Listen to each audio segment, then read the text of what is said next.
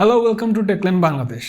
এতদিন এতগুলো ল্যাপটপের তারপর অন্যান্য মনিটর সবগুলো রিভিউ করার পর সবার একটাই আমার কাছে প্রশ্ন যে ভাই আপনি যে এত সুন্দর সুন্দর জিনিসগুলো রিভিউ করেন একটা আনবক্সিং ভিডিও তো করলেই পারেন।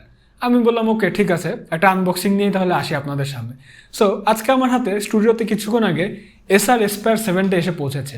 এটারই একটা শর্ট আনবক্সিং করে দেখাবো, ফুল ইনডেপথ রিভিউ নিয়ে আরেকটা আলাদা ভিডিও হবে, বাট তার আগে আনবক্সিং করে দেখাবো যে এই বক্সের সাথে কী কী আসে।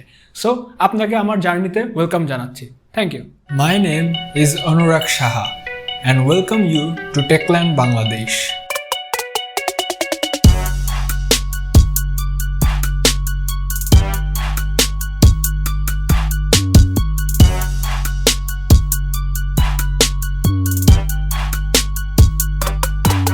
সেরা হয়েছে, একদম সেরা হয়েছে। এসার মেইনলি অনেক সফিস্টিকেটেড একটা ব্র্যান্ড আমার কাছে। অনেক ভারী ভারী ব্র্যান্ড যেগুলো আছে বা বিডিতে আসুস, MSI, তারপর হচ্ছে HP, ওদের তুলনায় এসারের কার্ডটিকে একটু কম, বাট দে আর ভেরি প্রমাইজিং। আমার খুব ভালো লাগে। অ্যাজ এ পার্সোনালি আমি নাইট্রো, প্রেডেটর, দেন দেয়ার মনিটর, দেয়ার গুড। সো মেইন বক্সটা খুলে ফেললাম। খুলে ফেলার পর এখানে এসারের ব্র্যান্ডিংওয়ালা একটা আর একটা বক্স রয়েছে, অ্যান্ড দেয়ার ইজ এখানে আবার আরেকটা ইয়ে রয়েছে। এটা একটু কাটিয়ে দেখি কি হয়। সো কেটে ফেললাম, কষ্ট পড়ে গেল। Okay, so let's unbox it. আমার প্রথম আনবক্সিং।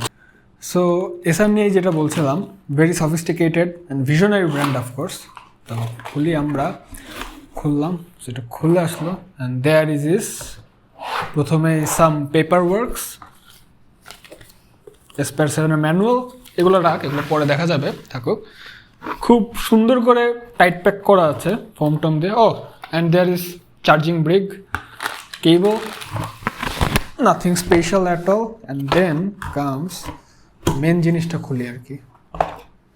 তো খুব সুন্দর করে টাইট প্যাক করে দিছে স্যার, যাতে প্রোডাক্টের ডেলিভারি বা অন্যান্য সময় স্টকের টাকার সময় করি না।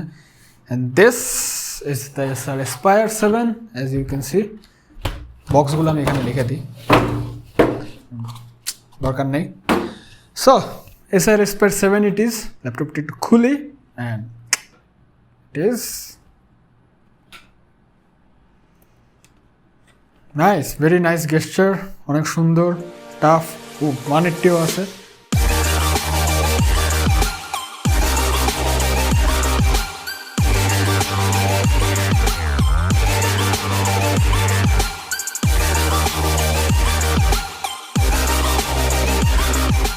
ঠিক আছে, তো সবাই আপনারা আনবক্সটা দেখলেন। আমার করা প্রথম আনবক্সিং আর কি, আমি যখন চ্যানেলে টেক ওভার করি তার থেকে প্রথম আনবক্সিং।